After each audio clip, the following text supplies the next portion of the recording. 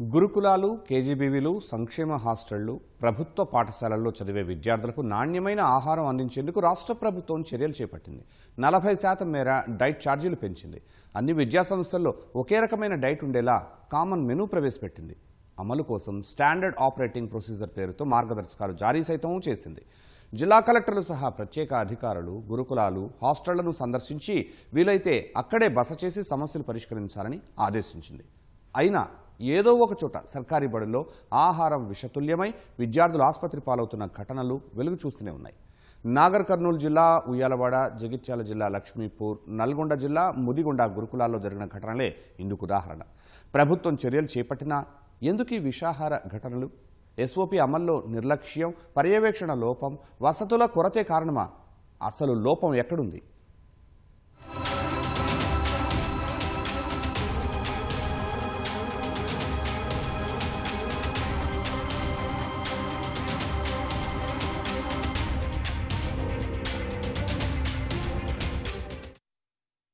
July 26, 2025 Nagar Kurnool జిల్లా Uyyalawada Mahatma Jyotiba Phule BC గురుకుల విద్యాలయంలో 100 మందికి పైగా విద్యార్థులు వాంతులు, విరేచనాలు, కడుపు నొప్పితో జిల్లాలోని ప్రభుత్వాసుపత్రిలో చేరారు. వారికి చికిత్స అందించిన వైద్యులు మరుసటి రోజు ఇంటికి పంపించారు.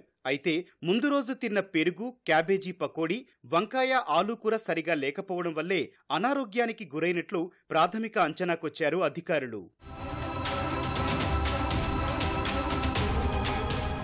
జూలై 17, 2025 జగిత్యాల జిల్లా లక్ష్మీపూర్ మండలం మహాత్మా జ్యోతిబా పూలే బీసీ గురుకుల విద్యాలయంలో 40 మంది విద్యార్థులు అస్వస్థతకు గురయ్యారు. కొందరు కడుపు నొప్పితో బాధపడగా మరికొందరు వాంతులు చేసుకున్నారు. 5 విద్యార్థులు జగిత్యాల మాతా శిశు ఆసుపత్రిలో చేరారు. రాత్రి భోజనంలో చికెన్, సాంబార్ తిన్న తర్వాతే విద్యార్థులు అస్వస్థతకు గురైనట్లు అధికారులు ప్రాథమికంగా నిర్ధారించారు. జూలై 14, 2025 నల్గొండ జిల్లా ముదిగొండ గిరిజన బాలికల ఆశ్రమ పాఠశాలలో సుమారు 55 మంది విద్యార్థులు అస్వస్థతకు గురయ్యారు. రాత్రి చేసిన బగారా, చికెన్, ఉదయం వండిన పులిహోర తిని కడుపు నొప్పి, వాంతులు, విరేచనాలతో దేవరకొండ, కొండమల్లేపల్లి ఆసుపత్రిలో చేరారు. ఇవి కేవలం ఉదాహరణలు మాత్రమే. ఇలాంటి ఘటనలు చాలా ఉన్నాయి.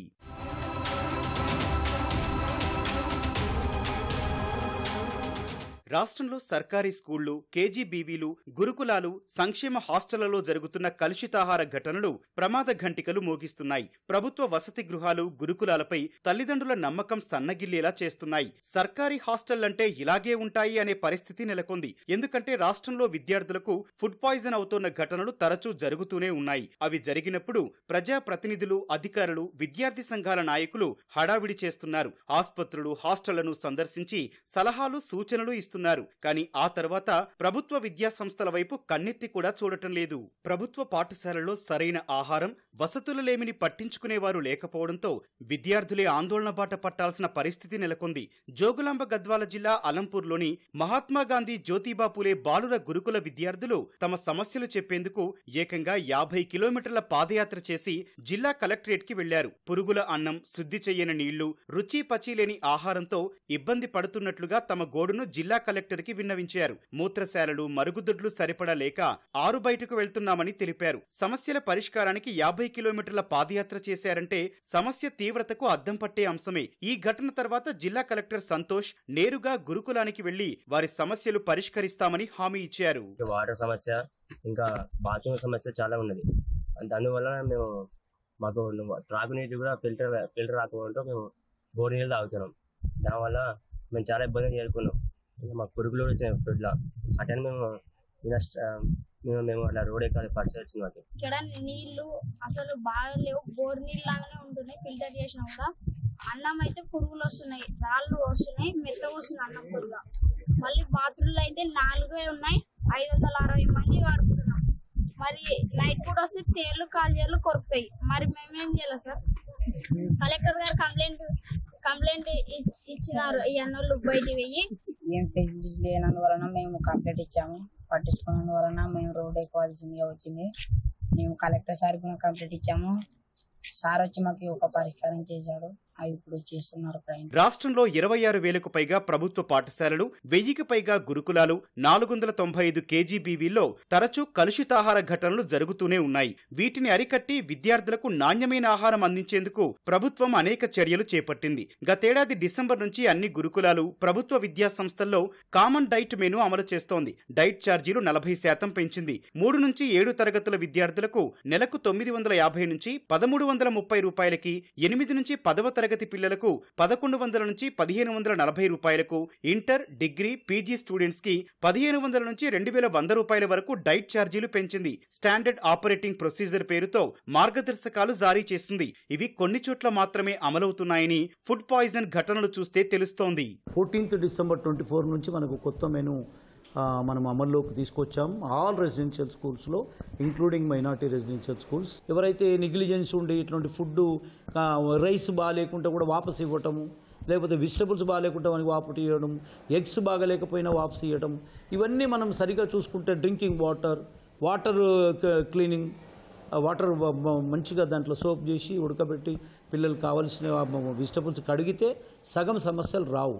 కనుక ఈ రోజులు అంతా పెస్టిసైడ్ అయి కొట్టింటారు కనుక 2-3 సార్లు బాగా కొడితే ఇష్యూస్ రావని మేము అనుకుంటున్నాం. ఎస్ఓపి ప్రకారం ఆహారాన్ని వండేందుకు వినియోగించే పదార్థాన్ని ముందే చెక్ చేయాలి. నిల్వ ఉంచే పదార్థాల ఎక్స్పైరీ డేట్ కనీసం 2 నెలలు ఉండేలా చూడాలి. వాటిని పరిశుభ్రమైన వాతావరణంలో నిల్వ ఉంచాలి. వంటగది, నిల్వగది, భోజనశాల, చేతులు శుభ్రం చేసుకునే ప్రదేశం, మూత్రశాలలు, మరుగుదొడ్లు ఎప్పటికప్పుడు పరిశుభ్రంగా ఉంచాలి. వంట వాళ్ళు హెడ్ క్యాప్, ఆప్రాన్ ధరించాలి. గురుకులాల్లో ఏర్పాటు చేసే ఫుడ్ కమిటీలు వీటన్నింటినీ నిత్యం పర్యవేక్షించాలి. వంట చేయడం, వడ్డించడం, భోజనశాల పరిశుభ్రత, ఆహార వ్యర్థాలు తరలించటం, విధి నిర్వహణ వరకు సుమారు 34 పేజీల మార్గదర్శకాలు ప్రభుత్వం జారీ చేసింది. కానీ వీటి అమల్లో నిర్లక్ష్యం, పర్యవేక్షణ లోపమే విషాహార ఘటనలకు దారి తీస్తోందనేది సుస్పష్టం. స్టాండర్డ్ ఆపరేటింగ్ ప్రొసీజర్ ప్రకారమే వెజిటబుల్స్ అండ్ వచ్చినటువంటి ప్రొవిజన్స్ కానివ్వండి ముందుగానే చెక్ చేసుకుంటాం. తీసుకునేటప్పుడే, రిసీవ్ చేసుకునేటప్పుడే వాటిని అవి శుద్ధంగా ఉన్నాయా లేదా, పర్ఫెక్ట్గా ఉన్నాయా లేదా అని ఫుడ్ కమిటీ మెంబర్స్, పాఠశాల లోపల కంపల్సరీ ఫుడ్ కమిటీ మెంబర్స్ని ఏర్పాటు చేయడం జరిగింది. ఈ ఫుడ్ కమిటీ లోపల ఒక teacher and ANM and accountant, సూపర్వైజర్గా మన స్పెషల్ ఆఫీసరు, మరి వీళ్ళతో పాటుగా క్లాస్కి ఒక 2 పిల్లల్ని కూడా పెట్టి వాళ్ళని ఫుడ్ కమిటీ మెంబర్స్గా పెట్టి వీళ్ళందరి పర్యవేక్షణలోనే మేము ప్రొవిజన్స్ వచ్చేటట్టుగా చెక్ చేసుకొని వాటిని కుకింగ్కి ముందుగానే చెక్ చేసుకుంటాం. ప్రిన్సిపల్స్కి, డిప్యూటీ వార్డెన్స్కి, కుకింగ్ స్టాఫ్కి, హెడ్ కుక్స్కి, హెల్పర్స్కి స్పెషల్ ట్రైనింగ్స్ ఇచ్చిండ్రు. ఎట్లా క్లీన్ చేయాలి వెజిటబుల్స్, రైస్ ఎట్లా క్లీన్ చేయాలి, అది ప్రాపర్ మాస్కులు, అది హెడ్ క్యాప్స్, ఆప్రాన్స్ ధరించడం, వీళ్ళు ఇవన్నీ కేర్ తీసుకోవడం వల్ల కూడా మాకు ఇంకా రెగ్యులర్గా కూడా హెచ్కేస్ క్లీన్ చేయడం, డైనింగ్ హాల్ కానీ, కిచెన్ కానీ, పర్సనల్గా నేను ప్రిన్సిపల్గా నేను కూడా 2-3 టైమ్స్ రౌండ్స్ వేసి చూసి వాళ్ళకి ఇన్స్ట్రక్షన్ ఇవ్వడం కూడా జరుగుతుంది. రాష్ట్రంలో జరిగిన చాలా విషాహార ఘటనలు వంకాయ, పెరుగు, చికెన్, నూనె అధికంగా వాడే ఆహారం వల్ల జరుగుతున్నాయని అధికారులు చెబుతున్నారు. చాలా చోట్ల నాణ్యమైన సరకుల సరఫరా జరగడం లేదు. దాంతోపాటు కూరగాయలు, ఆకుకూరలు 2 రోజులకొకసారి విద్యా సంస్థలకు సరఫరా అవుతున్నాయి. వీటిని ఎరువులు, పురుగుమందులు వాడి పండించే అవకాశం ఉంది. అందుకే వాటిని ఉప్పు నీటిలో నానబెట్టి శుభ్రపరిచిన తర్వాతే వంటకు వినియోగించాలి. అలా చెయ్యనప్పుడే ఆహారం కలుషితమవుతోందని ప్రధానోపాధ్యాయులు చెబుతున్నారు. హైజీన్ గా ఉన్నటువంటి ఫుడ్ ని పెట్టడానికి ప్రతి నిమిషము మేము ప్రయత్నం చేస్తున్నాము.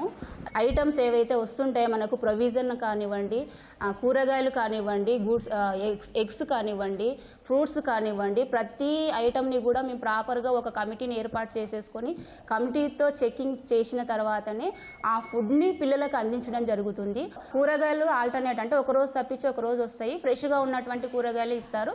ఒకవేళ కూరగాయలు ఏదైనా ప్రాబ్లమ్స్ వస్తే ఇమీడియట్గా మేము స్టెప్ తీసుకొని వాటిని రిటర్న్ చేస్తాం సార్. మ్యాక్సిమం రిటర్న్ చేస్తాము. బాగలేని పక్షంలో వాటిని కూరగాయలను కూడా మేము సాల్ట్ వాటర్లో క్లీన్ చేస్తాము. 2 టైమ్స్ క్లీన్ చేసిన తర్వాతనే కుక్ చేస్తాం. కామన్ డైట్ మెనూ అమలును పర్యవేక్షించేందుకు 4 రకాల చెక్ లిస్టులను సర్కారు తయారు చేసింది. వీటిని ప్రతిరోజు తప్పకుండా నమోదు చేయాలి.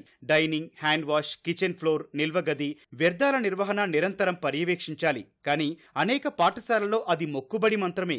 చాలా చోట్ల తాగునీటి శుద్ధి కేంద్రాలు లేవు. ఉన్నా వాటి నిర్వహణ సరిగ్గా లేదు. కొన్ని పాడైపోగా వాటిని పట్టించుకున్న నాథుడు లేడు. ఇక మరుగుదొడ్లు మూత్రశాలల సంగతి సరే సరి. విద్యార్థులు 100లో ఉంటే శౌచాలయాలు 10లో ఉన్నాయి. కొన్ని గురుకులాల్లో అవి కూడా దిక్కులేవు. మార్గదర్శకాలు రూపొందించడం మంచిదే, వాటిని అమలు చేయడం, అందుకు కావాల్సిన వసతులు కల్పించడం ఖర్చుతో కూడుకున్నది. గురుకులాల విషయంలో ప్రభుత్వం ఆ దిశగా ఆలోచించాల్సిన అవసరం ఉంది. జిల్లా కలెక్టర్లు గురుకులాలు, హాస్టళ్లు, పాఠశాలలు తనిఖీ చేయాలని ప్రభుత్వం ఆదేశించింది. అక్కడే బస చేసి సమస్యలు తెలుసుకోవాలని సూచించింది. అందులో భాగంగా కలెక్టర్లు విద్యా సంస్థలను సందర్శిస్తున్నా సమస్యలు మాత్రం తీరడం లేదు. విషాహార ఘటనలు ఆగడం లేదు. ఘటనలు జరిగినప్పుడల్లా విచారణ జరపడం, బాధ్యులను సస్పెండ్ చేయడంతో సరిపెడుతున్నారు. ఇప్పటికైనా ప్రభుత్వం, అధికారులు ఇలాంటి ఘటనలు పునరావృతం కాకుండా చర్యలు తీసుకోవాల్సిన అవసరం ఉంది. లేదంటే ప్రభుత్వ విద్యా సంస్థలపై విద్యార్థులు, తల్లిదండ్రులకు నమ్మకం తగ్గి వాటి ఉనికి ప్రమాదంలో పడే అవకాశం ఉంది.